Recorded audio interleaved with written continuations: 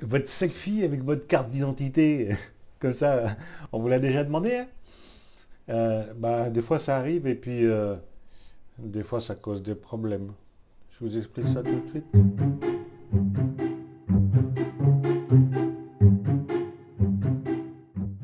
Bonjour, je m'appelle Thierry et bienvenue sur cette petite chaîne. Je vous aide à monter en compétences en bureautique mais également en sécurité informatique. Et puis on va faire tout ça dans la bonne humeur. Et avant de commencer, si tu es mon ami, n'hésite pas à t'abonner. Tu peux cliquer sur le petit bouton pour s'abonner et aussi sur la petite clochette. Comme ça, dès qu'une vidéo sortira, eh bien, tu seras au courant avant les autres. Et oui, à vouloir trop sécuriser tout ce qui nous entoure, eh ben, on finit par être finalement vulnérable. Parce que les petits arnaqueurs, les petits voleurs d'identité regorgent d'imagination pour prendre ce qui est à vous, c'est-à-dire votre identité. Par exemple, sur certains sites, eh bien on vous demande, hein, c'est des sites d'achat par exemple, on va vous demander de vous faire un selfie avec votre carte d'identité, hein, voilà. Vous avez votre carte d'identité, vous faites un beau sourire. Et puis vous envoyez ça au site, comme ça la personne en question ou le site en question peut vérifier que c'est bien vous sur la carte d'identité et qu'elle est bien à vous. Voilà. Malheureusement, votre selfie avec votre carte d'identité ne suscite pas que l'intérêt des sites web légitimes et de bonne réputation, mais également des pirates, particulièrement des spécialistes du hameçonnage. Donc d'une manière générale, hein. Alors comment est-ce qu'ils peuvent s'y prendre? Eh bien, vous pourriez par exemple recevoir un email de votre banque ou d'autres choses qui vous demande de confirmer votre identité à l'aide d'une photo avec votre carte d'identité. Et en fait, c'est un faux mail, ce qu'on appelle du phishing ou du hameçonnage, et ça va vous envoyer vers une fausse page, un formulaire où vous allez devoir renseigner vos coordonnées bancaires, votre téléphone, votre adresse, et puis également un selfie avec votre carte d'identité. Alors est-ce que c'est une arnaque ou pas? Parce que si c'est un escroc qui est en face, qu'est-ce qui risque de se passer? Bien, il risque de créer des comptes bancaires à votre nom et de blanchir de l'argent de la mafia ou de je ne sais quoi d'autre. Et puis, si des enquêtes sont faites, on dira que c'est vous. Donc, c'est quand même pas top, hein. Et puis, mis à part ça, votre selfie avec votre carte d'identité peut aussi être revendu au marché noir. Donc, c'est quand même pas sans risque. Alors, comment est-ce qu'on peut faire pour déceler si c'est une fraude ou pas? Déjà, il faut examiner l'email. Est-ce qu'il y a des erreurs ou des fautes de frappe? Parce qu'en général, les banques, les gouvernements, enfin tous ceux qui pourraient vous demander qui sont des sites légitimes, ne font pas de fautes de frappe ni d'erreurs de grammaire ou de ce genre de choses. Donc ça, c'est un premier indice. Ensuite, est-ce que l'adresse de l'expéditeur semble suspecte? Est-ce que c'est une vulgaire adresse? Est-ce qu'il y a quelque chose qui cloche dans le nom de l'adresse email? Enfin, il faut regarder ça. Est-ce que le nom de domaine correspond ou ne correspond pas complètement à votre banque? Hein, par exemple, si vous êtes au Crédit Agricole et puis qu'il met deux i ou il met un tiret ou pas de tiret, voilà, des petites choses comme ça qui vous mettent la puce à l'oreille. En plus, un quatrième élément qui peut nous aider à déceler si c'est une fraude ou pas, c'est est-ce qu'il y a un degré d'urgence?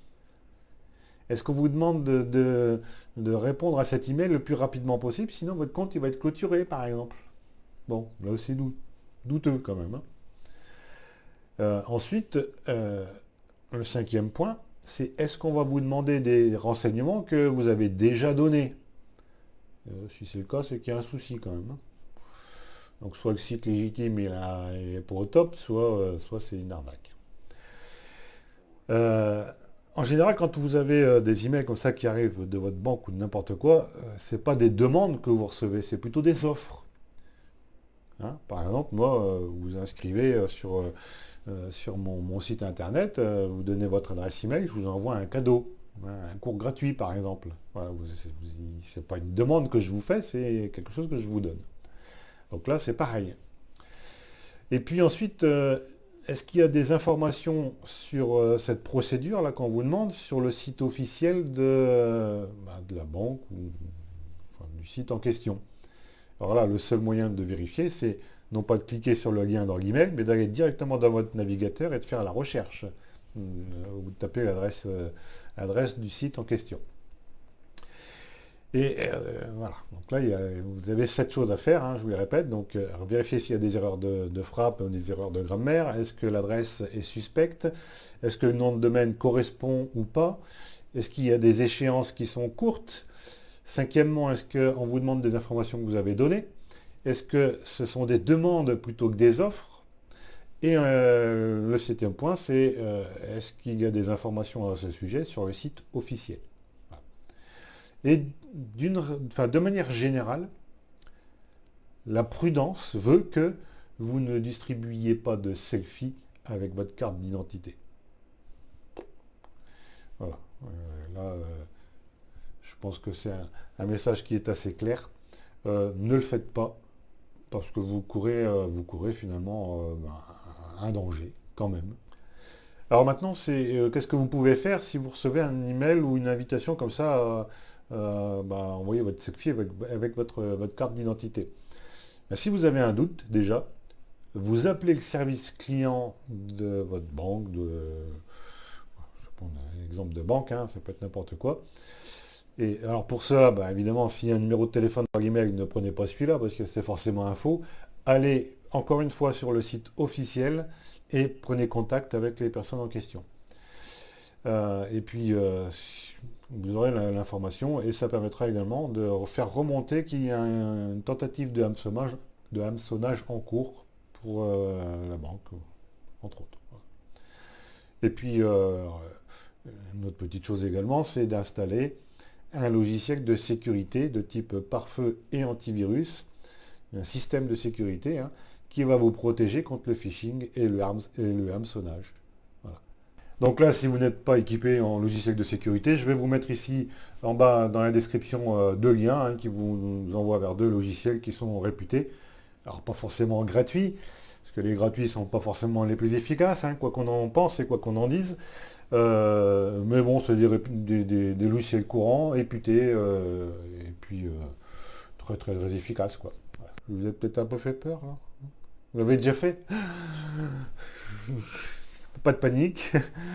Euh, Soyez prudent et puis surveillez votre compte bancaire et puis je pense que tout ira bien. Bon, eh bien cette vidéo se termine. J'espère que je vous ai un petit peu éclairé sur d'autres dangers liés à Internet. Et puis moi je vous dis à bientôt pour de prochaines aventures palpitantes en informatique.